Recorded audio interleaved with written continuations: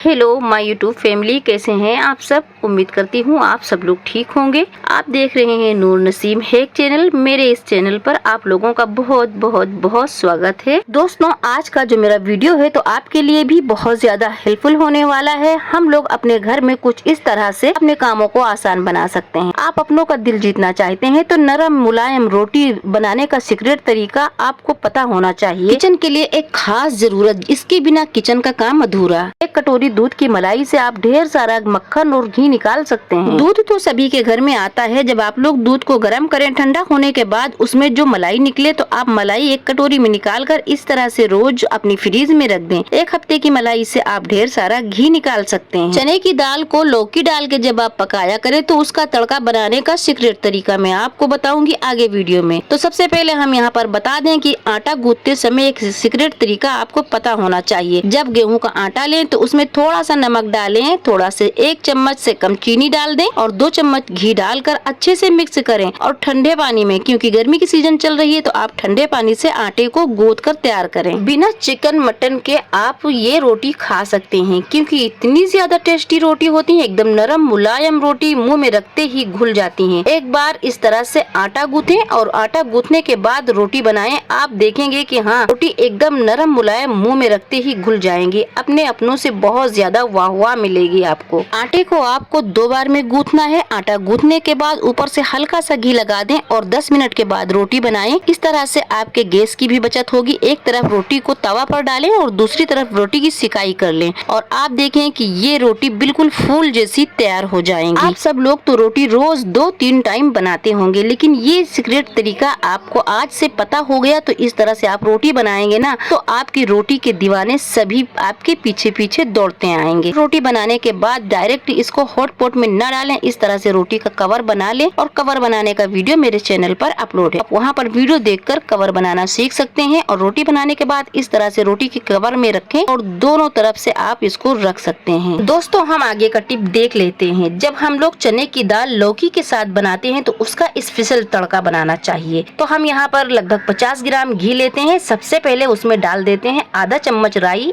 उसके बाद जब राई चटकने लगे तब हम डाल देंगे आधा चम्मच जीरा और 3 साबुत सूखी मिर्ची। अब हम डाल देंगे इसमें कटा हुआ प्याज। आप भी इस तरह से अगर तड़का बनाएंगे तो इतनी टेस्टी दाल बनेगी कि आप रोज इसी तरह से दाल बनाना पसंद करेंगे। दोस्तों, तड़का हमारा जब तैयार हो गया, गैस बंद कर देते हैं। नॉर्मल होने के बाद 1 चम्मच भर के हम इसमें गरम मसाला डाल देते हैं और जब मसाला इसमें फूल जाए तो हम तड़का को उठाएंगे और दाल में डाल देंगे। तो कुछ इस तरह से आप मिक्स कर दीजिए और ये चने की दाल लौकी के साथ जो आप बना रहे हैं और इस तरह का तड़का लगा रहे हैं तो सब मुंह के बल खाएंगे दाल को। तो गाइस, हम आगे की टिप हमारी देख लेते हैं। बहुत ज्यादा यूजफुल होने वाली है। आप सभी के घर में तो दूध आता है। जब आप गैस खर्चा करते हैं, दूध को गर्म करते हैं तो वेस्ट ना करें। गैस का फायदा उठाएं। जब दूध ठंडा हो जाए तो उसमें जो मलाई आई है ना दूध की, आप उस मलाई को निकाल लें एक कटोरी में और इसी तरह निकाल कर मलाई रोज अपने फ्रिज में रख दें। बहुत आसान है दोस्तों। इस तरह से अगर रोज आप अपने घर में मलाई निकालेंगे तो 1 हफ्ते के बाद पाएंगे कि आपका घी लगभग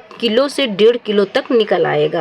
ये देखिए, मेरे पास इतनी दूध की मलाई है जो फ्रिज में रखी थी। तो हम इसको मिक्सी में डालेंगे और ठंडा चिल्ड दूध इसमें डालेंगे। आप पानी भी ठंडा डाल सकते हैं या बर्फ डालकर आप मिक्सी को चला लीजिए। तो ये देखिए, हम मक्खन निकाल लेते हैं। मिक्सी को एक बार नहीं 2 बार चलाया और ये हमारा मक्खन निकल आया है। तो दोस्तों, मलाई से बहुत ज्यादा मक्खन निकलता है, आप देख सकते हैं। इसी तरह से हम सारे मलाई को मिक्सी में चला लेंगे और मक्खन हम निकाल लेंगे। तो सारा मक्खन मैंने निकाल लिया। अब देखिए, जो मेरे पास मक्खन निकालने के बाद दूध बचा है तो इसको हम मावा बनाएंगे। आप चाहें तो पनीर भी बना सकते हैं।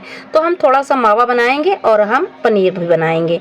तो सबसे पहले हम मक्खन एक बर्तन में करेंगे, धुलकर हम घी गला लेंगे। दोस्तों, ये मेरा मक्खन 2 हफ्ते का है। 1 हफ्ते का पहले मक्खन निकाल कर मैंने फ्रिज में रख दिया था और 1 हफ्ते का मक्खन अभी इस समय लाइव मैंने आपको दिखाया है। तो आप देख सकते हैं मैंने इतना मावा बनाया है। इससे हम काला जाम बनाएंगे और जो घी मैंने गलाया है तो इसको एक डब्बे में डाल देते हैं। आप देखिए, मेरे पास इतना ज्यादा घी निकल आया है। तो क्यों ना आप भी दूध की मलाई से फायदा उठाएं। इस तरह से मलाई निकाल कर रखें और जब आप मक्खन से घी बनाएं तो घी बनाने के बाद जो उसमें वेस्ट निकलता है बर्तन, घी वाले बर्तन में, तो आप उससे बहुत टेस्टी, बहुत स्वादिष्ट मिठाई भी बना सकते हैं। तो वो मैं वीडियो में अभी आपको दिखाऊंगी। तो ये देखिए, घी गलाने के बाद मेरे पास जो इतना वेस्ट निकला, यानी कि ये मैहर है, इसको हम फेंकेंगे नहीं। 1 पाव पानी डालेंगे, आधी कटोरी चीनी डालेंगे। अब मैहर के साथ चीनी पानी की हम चाशनी बनाएंगे। दूसरी तरफ एक पतीली में लगभग 50 ग्राम मैंने घी डाल दिया है, 1 कटोरी भर के गेहूं का आटा। अब धीमी आंच पर हम आटे को भून लेते हैं। बहुत अच्छी भीनी भीनी खुशबू आने तक हमने आटे को भून लिया है। और दूसरी तरफ हमारी जो चाशनी थी तो बनकर तैयार हो गई। अब भुना हुआ आटा 2 बार में या 3 बार में इसमें डालेंगे, लो फ्लेम पर एकदम, और इसको हम बराबर चलाते रहेंगे। आप भी जब इस तरह से मिठाई बनाएं तो सारे भुने हुए आटे को एक साथ में चाशनी में ना डालें।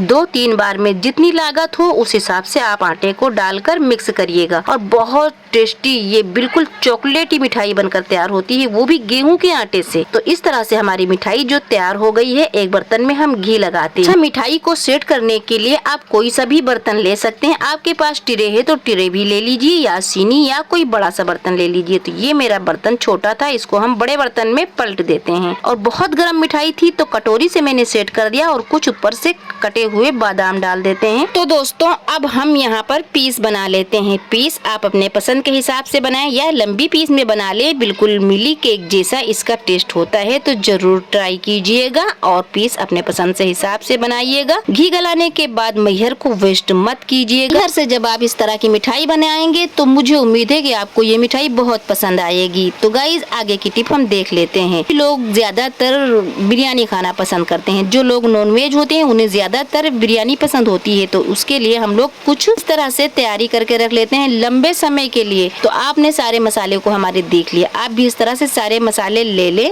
और साबुत मिर्ची ले लें, साबुत धनिया ले लें, तेज पत्ता और दालचीनी की लकड़ी ले लें। दोस्तों, अब आप देख सकते हैं दालचीनी की लकड़ी को इसमें तोड़ कर डालिएगा, नहीं तो ये पीसते समय मिक्सर का जार में अंदर पत्ती टूट भी सकती है। तो इन मसाले को मैंने भून लिया, डाल देते हैं दूसरे बर्तन में ठंडा होने के लिए। और दूसरा मसाला जो मैंने आपको दिखाया तो उसको भी हम भून लेते हैं। तो इसको भी मैंने भून लिया, और अब पहले वाला मसाला हम एक मिक्सर जार में डालेंगे, पीसेंगे, और दूसरा वाला भी हम दूसरे मिक्सर जार में डालकर पीस लेंगे। तो इस तरह से दोनों मसाले मैंने पीस कर तैयार कर लिया।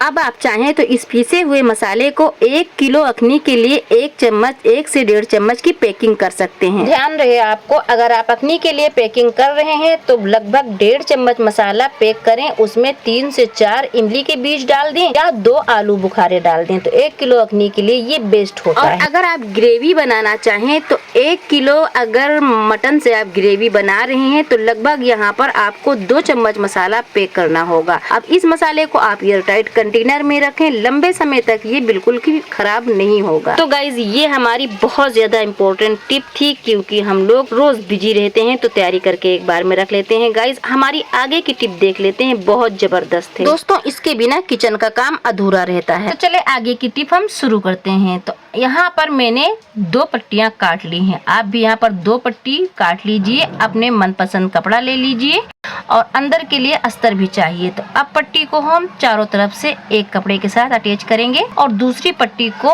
3 तरफ से हमें अटैच करना है। एक तरफ मुंह खुला छोड़ देना है। तो गाइस, बहुत बढ़िया, ये हमारी टिप थी, सभी के काम आने वाली है। तो इस तरह से मैंने सिलाई लगा ली, और अस्तर वाला कपड़ा उसमें भी हम एक सिलाई लगा देते हैं। और आप देखें कि जो हमारा बाहरी साइड कपड़ा है, सिलाई जिसमें मैं लगाया है, और जो अस्तर है उसके ऊपर रख के कुछ इस तरह से हम पलट देते हैं। तो आप देखें, कपड़े का जो खुला वाला साइड था तो वो हम आगे की साइड करेंगे, और अपने आगे की साइड से हम कपड़े को इस तरह से लपेटते हुए फोल्ड करेंगे, और उस खुले वाले साइड से हम कपड़े को पलट देंगे।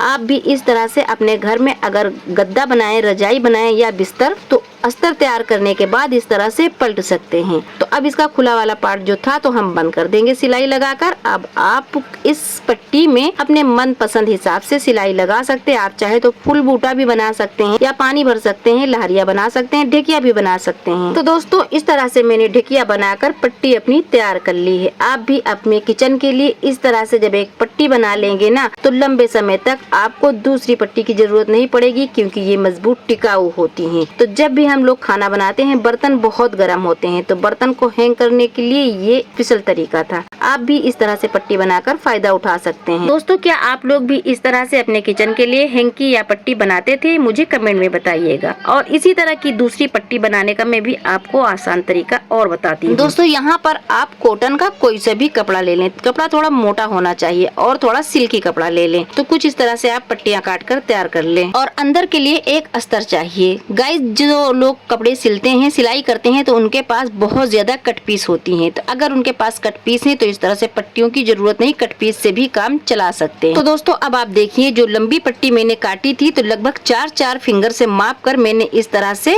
पट्टी काट ली है, छोटी छोटी। और अस्तर के लिए हमें अंदर मोटा कपड़ा चाहिए। तो या तो इस तरह से आप कॉटन का सूती कपड़ा ले सकते हैं या कोई गर्म कपड़ा, अरे अंदर ही डालना है, कोई सा भी कपड़ा ले लें। तो इस तरह से हम सब पट्टियों को काट कर बराबर करेंगे और सिलाई लगाएंगे। तो हम चारों तरफ से सिलाई लगाएंगे, थोड़ा सा मुंह खुला छोड़ेंगे इसको पलटने के लिए। तो अब हम इसको पलट लेते हैं।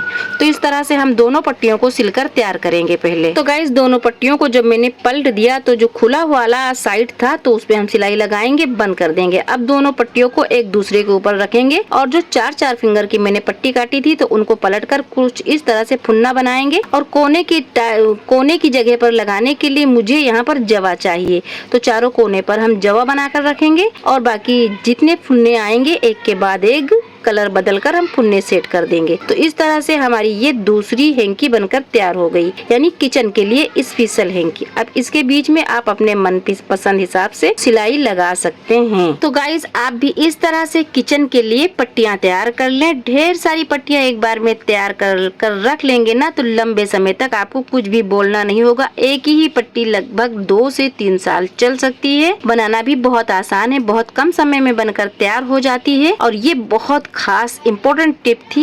अगर आप जरूरत समझे तो अपनों को शेयर करें ताकि दूसरे लोग भी इस तरह से पट्टी बना सकें। दोस्तों, वीडियो कैसी लगी कमेंट में बताएं। वीडियो पसंद आई तो लाइक करें, साथ चैनल भी सब्सक्राइब कर लीजिए।